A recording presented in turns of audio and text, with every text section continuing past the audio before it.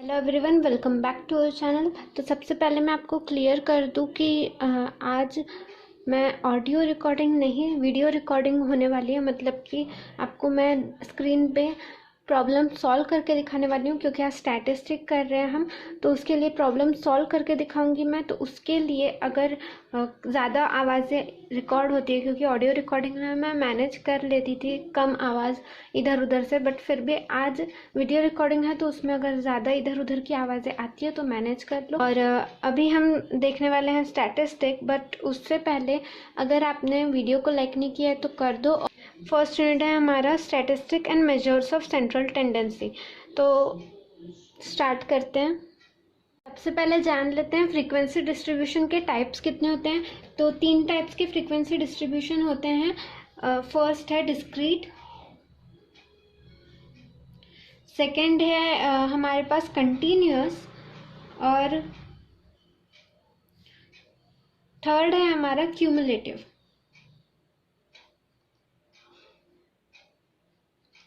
Discrete को ही ungrouped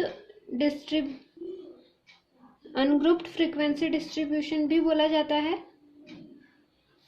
और continuous को ही ग्रुप्ड फ्रीक्वेंसी डिस्ट्रीब्यूशन भी बोला जाता है। तो तीनों प्रकार कैसे होते हैं हम जान लेते हैं। डिस्क्रीट वाले जो होते हैं उसमें क्या होता है कि आपको x दिया रहता है, डायरेक्ट आपको यहाँ पर नंबर्स दिए होते हैं, जैसे कि 50, 60, डायरेक्ट आपको वैल्यूज दी होती है और उसकी फ्रीक्वेंसीज दी होती हैं, जैसे कि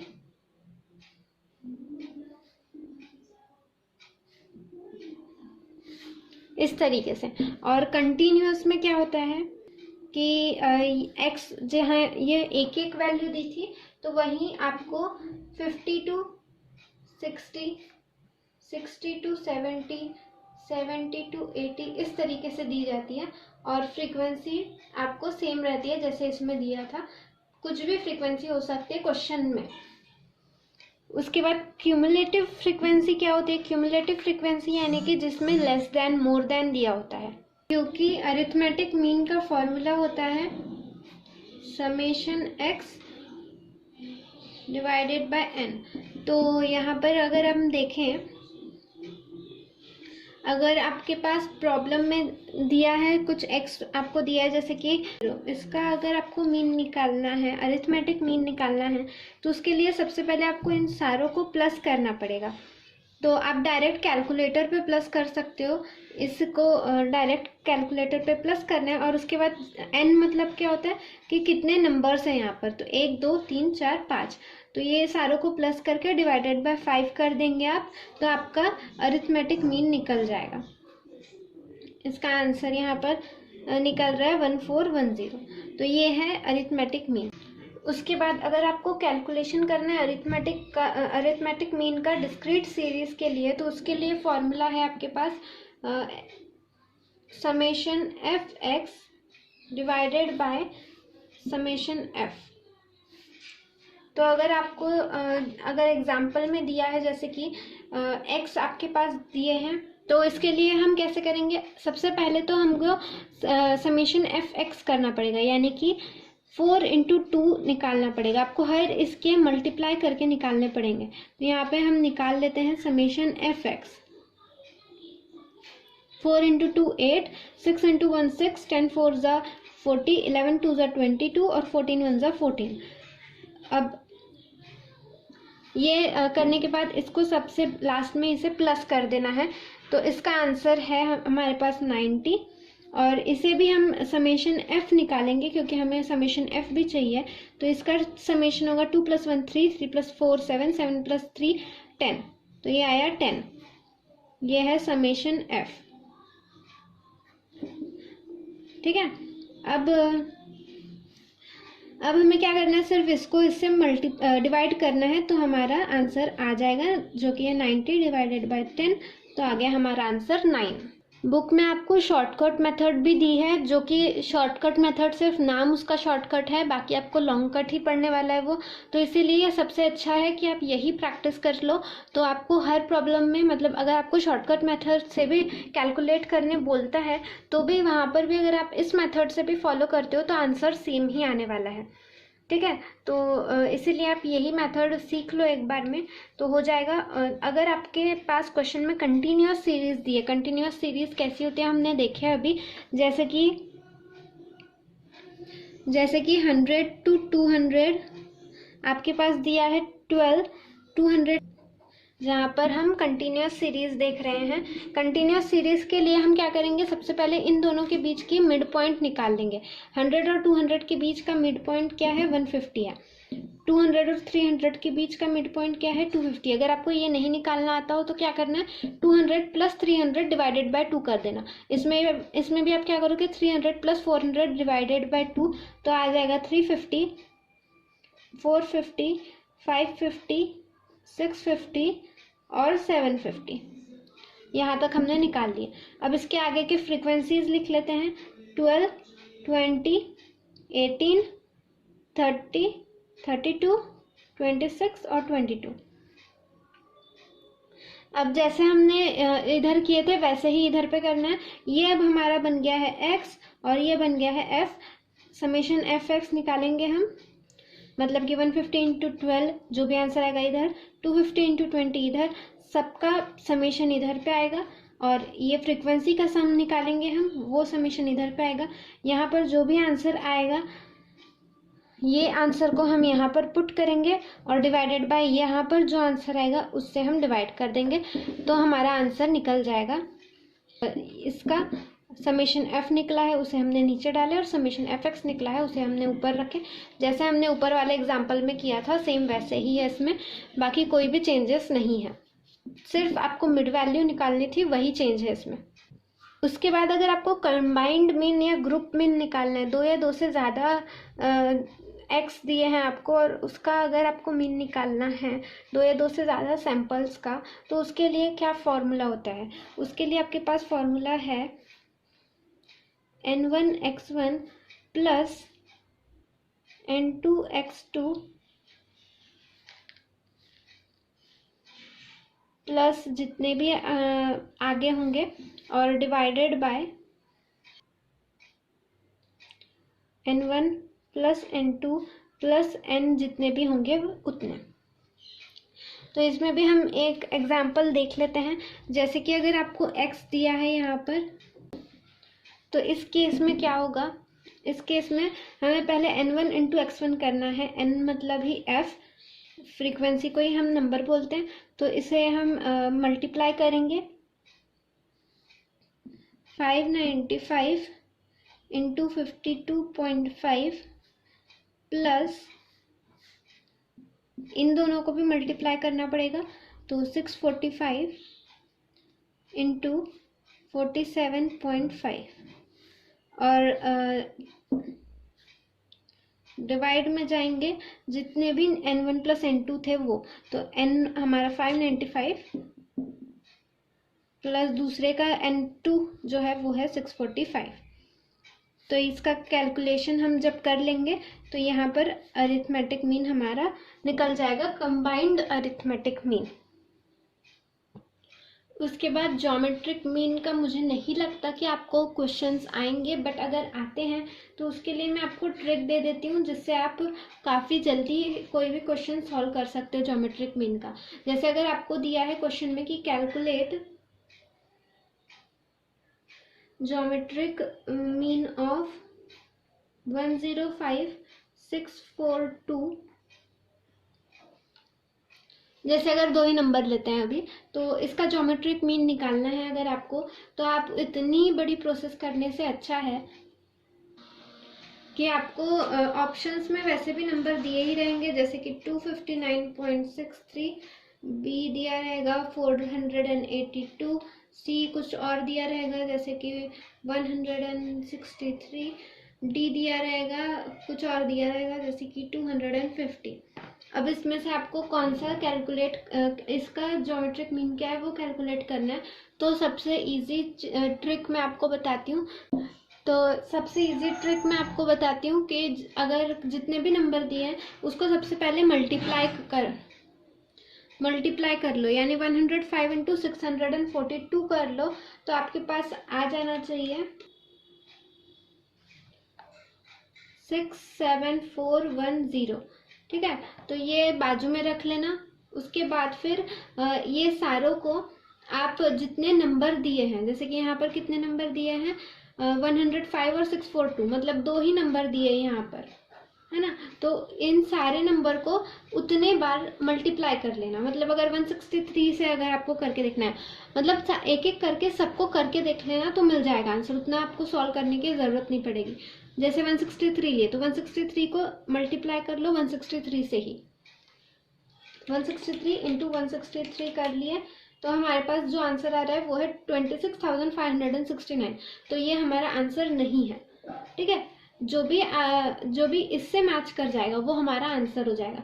तो अगर हम इसे फर्स्ट वाले ऑप्शन को देखते हैं, जो कि 259.63 इंटू 259.63 करेंगे तो हमारा आंसर आ रहा है सेम, अप्रॉक्सीमेटली सेम आ रहा है वो आंसर। तो बाकी के ऑप्शंस तो नहीं है, यही है हमारा आंसर। तो इस तरीके से आप सॉल्व करके देख सकते हो। जितने भी नंबर है उतने बार उसको मल्टीप्लाई कर लेना तो ये आंसर आ जाएगा।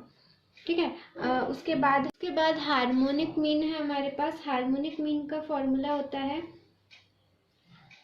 n divided by 1 by x1 plus 1 by x2 plus 1 by x3, जितने भी हैं सारे के सारे।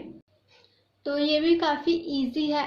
आई होप आपको ये आता होगा कि ये कितने नंबर है, 1 2 3 4 5 है। तो 5 divided by 1 by 80 plus 1 by 25 plus 1 by 42 plus 1 by 68 plus 1 by 59। इसे सबको सॉल्व करने के बाद आपका हार्मोनिक मीन निकल जाएगा। ठीक है, डिस्क्रीट सीरीज के लिए अगर आपको HM निकालना है तो उसका फॉर्मूला अलग होता है। वो होता है summation f divided by summation f into 1 by x। तो आपको ये अलग थोड़ा सा कैलकुलेट करना पड़ता है। अगर हम वही वाला कैलकुलेशन ले जो कि था 80, 25, 42, 68 और 59, इसके साथ अगर आपको फ्रीक्वेंसी दे रखी है 4, 6, 2, 3 और 4, तो आपको सबसे पहले तो समेशन f निकालना पड़ेगा। ये फ्रीक्वेंसी है ये, ठीक है। तो इसकी फ्रीक्वेंसी की समेशन निकालनी पड़ेगी। 4 + 6 10, 10 + 2 12, 12 + 3 15, 15 + 4 19। उसके बाद आपको इसका रेसिप्रोकल निकालना पड़ेगा, यानी कि 1 बाय x निकालना पड़ेगा। तो इसका 1 बाय x क्या होगा, डायरेक्ट आपको क्या करना है 1 डिवाइडेड बाय 80 कर लेना है।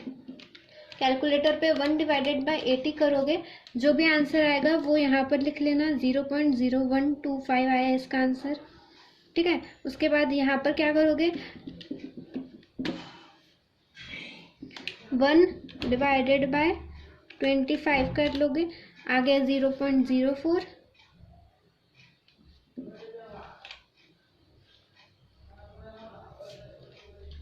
ऐसे ही सारे नंबर्स का कर लेना है कुछ इस तरीके से। और उसके बाद आपको ये जो 1 बाय x निकला है उसको f से मल्टीप्लाई करना है, यानी कि 0.0125 इंटू 4 करेंगे।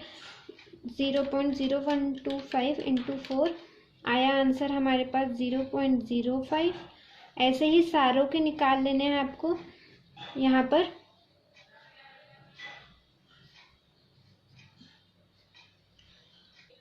कुछ इस तरीके से, और उसके बाद आपको इन सारों का सम निकालना है। तो इसका आंसर है 0.442। तो अब आपको क्या करना है, समेशन जो हमारा f निकला था 19 डिवाइडेड बाय ये जो summation f into 1 minus x निकला है हमारा, उसे डिवाइड कर लेंगे 442। तो जो भी आंसर आएगा, मतलब 19 डिवाइड डिवाइडेड बाय 0.442, तो आंसर आया हमारा 42.986। तो ये है हमारा हार्मोनिक मीन डिस्क्रीट सीरीज का। वही अगर कंटिन्यूस सीरीज रहती, जैसे कि अगर 0 to 50, 50 to 100, 100 to 150, ऐसे अगर कंटिन्यूस सीरीज रहती तो क्या करते हैं हम, इसके सारों के मिड पॉइंट निकाल लेते। 0 से 50 का आएगा 25, 50 से 100 का 75, और यहाँ पर 125, और उसके बाद वही काम करते जो हमने यहाँ पर किए थे, इसका रेसिप्रोकल निकालते, जैसे कि 1/x, तो मतलब न्यू x हमारा ये बन जाएगा, ठीक है। तो इसको 1/x करके ये निकालते, फिर इसको फ्रीक्वेंसी से मल्टीप्लाई करते, और फिर वही सब कारनामा करते जो हमने इधर किया था डिस्क्रीट सीरीज में, वैसा ही कंटिन्यूस सीरीज में करते। अब relationship between AM, GM and HM क्या है, ये काफ़ी इंपॉर्टेंट है, इस पे आपको सवाल पूछा जा सकता है। तो ये याद रखो, GM is equal to in root AM into HM। अगर आपको दिया है GM दिया है कहीं पे और AM दिया है, HM निकालने बोल दिया है, तो आप क्या करोगे। अगर आपको इन केस जैसे कि AM दिया है आपके पास 10 और GM दिया है 8, तो आप क्या करोगे, बस यहाँ पर पुट करना है 8 is equal to in root 10 into HM, ठीक है। तो अब ये रूट यहाँ पर ट्रांसफर करोगे, तो यहाँ पर रूट है तो यहाँ पर जाकर वो स्क्वायर हो जाएगा, स्क्वायर हो जाएगा। तो 8 इंटू 8 करने से क्या आएगा, 64 is equal to 10 into HM। अब 10 यहाँ पर जाएगा, तो 64 divided by 10 is equal to HM, तो HM आ गया हमारे पास 6.4।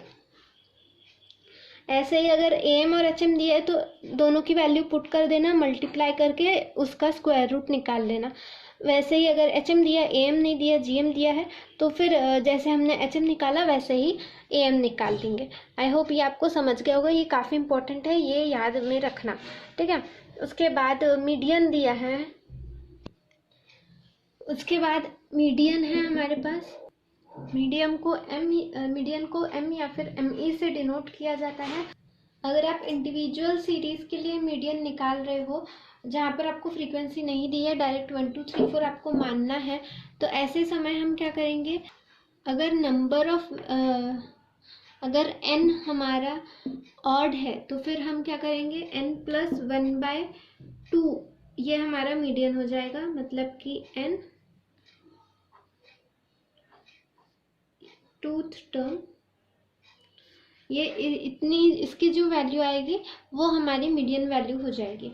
बट अगर जो n है वो इवन नंबर है, तो फिर क्या होगा, दो वैल्यूज निकलेंगी। पहली तो n/2 प्लस n+1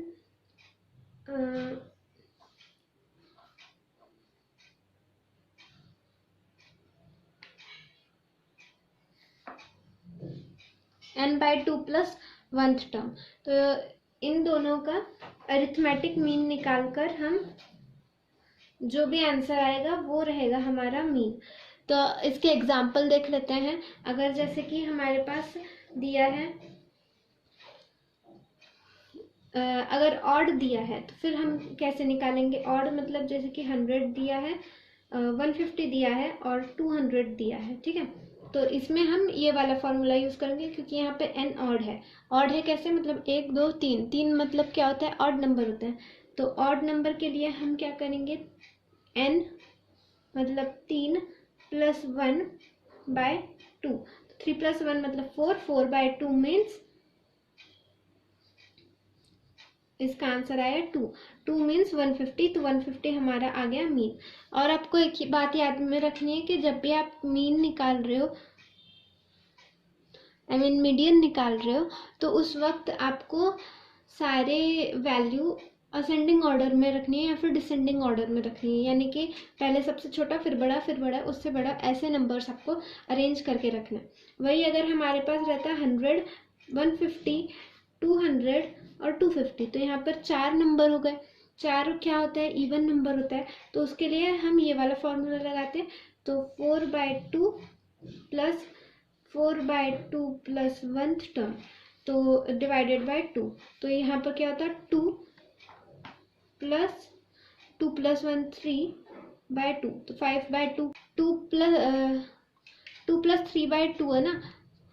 तो आपको सिंपल बता देती हूँ कि सेकेंड टर्म रख देना, सेकेंड यहाँ पर 2 आया ना, तो सेकेंड टर्म क्या है हमारी 150 प्लस थर्ड टर्म रख देना 200 और डिवाइडेड बाय 2 कर देना, तो आंसर आ जाएगा हमारा 175। ठीक है, दोनों केसेस में आंसर अलग अलग आएंगे क्योंकि यहाँ पर क्या था हमारे 3 ही नंबर थे, यहाँ पर 4 नंबर है। उसके बाद मोड हम डिनोट करते हैं Z या फिर MO से।